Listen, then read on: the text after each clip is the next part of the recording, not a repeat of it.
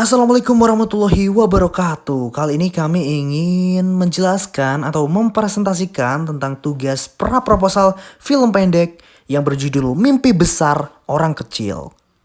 Oke, langsung saja. Bab 1. Pendahuluan. Film pendek Mimpi Besar Orang Kecil sangat bisa menjadi inspirasi bagi para pemuda yang sedang berjuang untuk menggapai cita-citanya agar selalu semangat dan pantang menyerah. Dan juga bisa menjadi pengingat kepada anak-anak muda untuk tidak membeda-bedakan teman-temannya berdasarkan kelas sosial. Misal seperti tidak mau berteman dengan yang kurang mampu gitu. Terus film ini juga sangat menarik untuk orang-orang yang relate dengan kisah hidupnya semasa muda atau untuk yang sedang mengalami kisah seperti ini juga, kayak mungkin bapak-bapak yang dulunya hidupnya susah dan sekarang udah mulai sukses, dan mungkin anak-anak muda yang lagi merintis untuk menggapai kesuksesan itu. Bab 2 tentang film pendek. Judul dan konsep film pendek. Judul film pendek yaitu Mimpi Besar Orang Kecil. Konsep film pendek, penyusunan serta pengadeganan cerita. Setiap orang memiliki kehidupan yang berbeda-beda serta memiliki cara masing-masing untuk menjalaninya. Kami mengambil cerita mengenai kehidupan seseorang gadis yang berprofesi sebagai pengamen jalanan. Ia memiliki sebuah mimpi dalam hidupnya, yaitu dapat melanjutkan pendidikannya ke tingkat yang lebih tinggi dan memperbaiki taraf hidupnya. Sehingga tema ini cukup tepat dan menarik untuk dijadikan acuan dalam cerita ini. Konsep film. Konsep ini didasari akan ketertarikan kami mengenai kehidupan para pengamen jalanan yang juga memiliki kebebasan untuk bermimpi. Umumnya, para pengamen ini hanya memiliki teman dari kalangan atau kelas yang sama. Selain itu, para pengamen jalanan sudah pasti menginginkan kehidupan yang jauh lebih baik.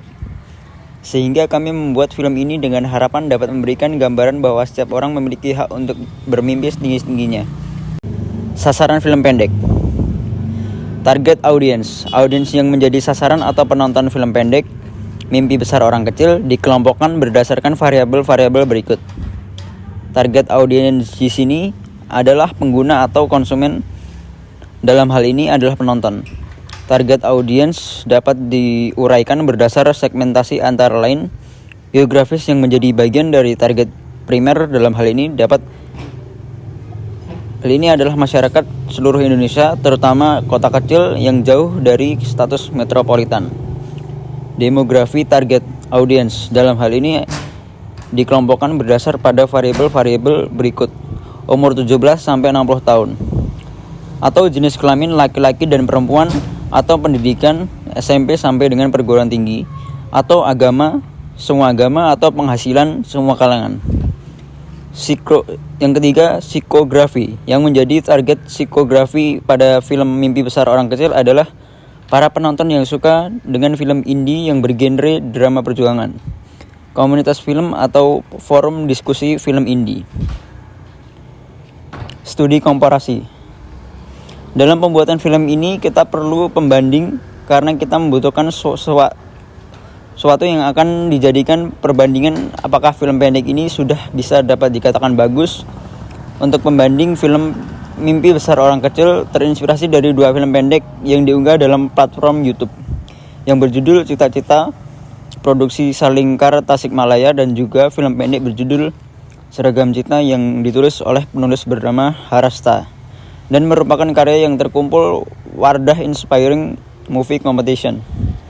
1. Film Cita-Cita bercerita tentang seseorang yang mempunyai tekad untuk mewujudkan cita-citanya, namun ada sebuah kejadian yang bisa membuat cita-citanya musnah. Hal ini juga mengajarkan bahwa tak ada kata menyerah untuk menggapai sebuah harapan.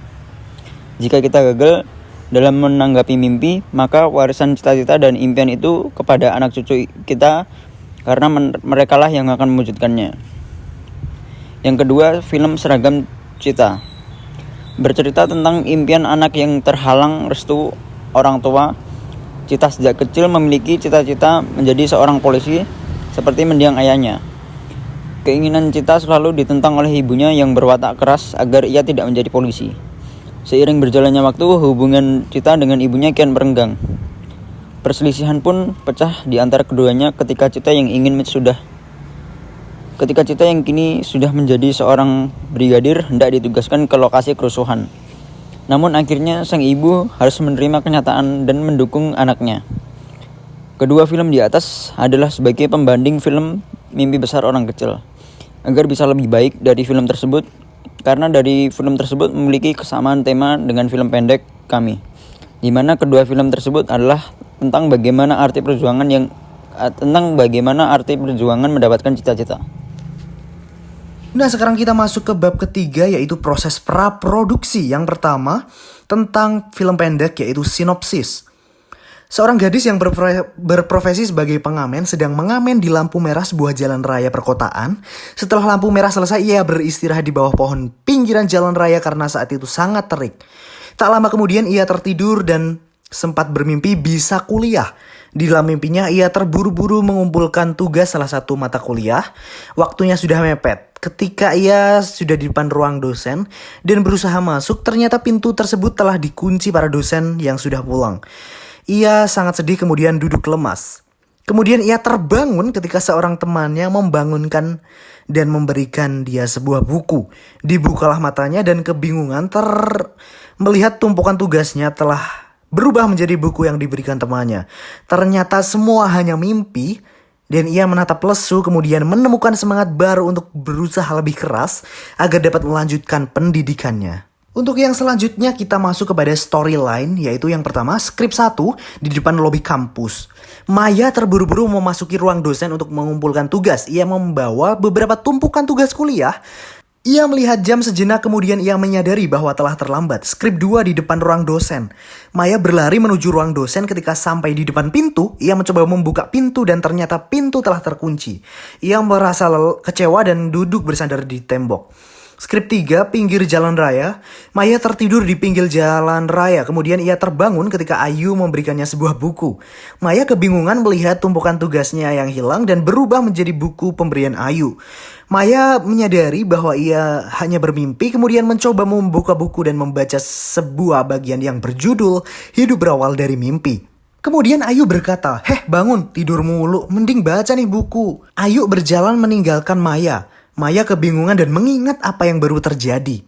4, di jalan raya. Maya mengamen di tengah jalan raya ketika lampu merah. Kemudian setelah lampu berganti hijau, ia berjalan menuju pinggir jalan dan beristirahat hingga tertidur. Selanjutnya untuk storyboard, seperti yang bisa kita lihat, ini ada gadis yang berprofesi sebagai pengamen. Sedang mengamen kemudian beristirahat di bawah pohon. Kemudian ia tertidur dan sempat bermimpi bisa kuliah. Kemudian yang keempat, ia tertidur dan sempat bermimpi bisa kuliah. Kemudian mimpinya terburu-buru mengumpulkan tugas, waktu sudah mepet, tetapi ternyata semuanya hanya mimpi. Dan ia terbangun ketika seorang temannya membangunkan dan memberikannya sebuah buku. Ya, seperti itu untuk storyboard. Yang selanjutnya adalah promosi. Bagian promosi ini menggunakan 2 cara, yaitu dengan mengikut sertakan film pendek melalui festival film yang diadakan yang mempromosikannya lewat media sosial seperti Twitter, Instagram, TikTok, serta YouTube. Metode yang digunakan yaitu dengan mewawancarai melalui media rekam. Yang diwawancarai yaitu pemain, kru di balik layar, serta audiens yang telah menonton film pendek. Kemudian diupload melalui sosial media yang sedang viral atau ramai. Cara ini ampuh dilakukan mengingat di zaman serba modern ini calon penonton akan lebih tertarik ke film yang responnya bagus dan memiliki penilaian tinggi dari segi skrip, alur cerita, pengambilan gambar yang telah diambil dari wawancara dengan pihak terkait. Seperti itu. Bab yang keempat yaitu kesimpulan. Sasaran film pendek ini yaitu untuk orang-orang yang sedang overthinking terhadap masa depannya, terutama para kaum milenial. Film ini dibuat dengan harapan dapat memberikan gambaran bahwa setiap orang memiliki hak untuk bermimpi setinggi-tingginya dan harus memiliki sikap pantang menyerah. Film ini memberikan gambaran bahwa setiap manusia seharusnya tidak mencari teman atau kawan berdasarkan kelas sosial atau membeda-bedakan. Mungkin itu kesimpulan dari proposal film pendek dari kelompok kami. Bila ada kesalahan mohon dimaafkan. Sekian dan terima kasih.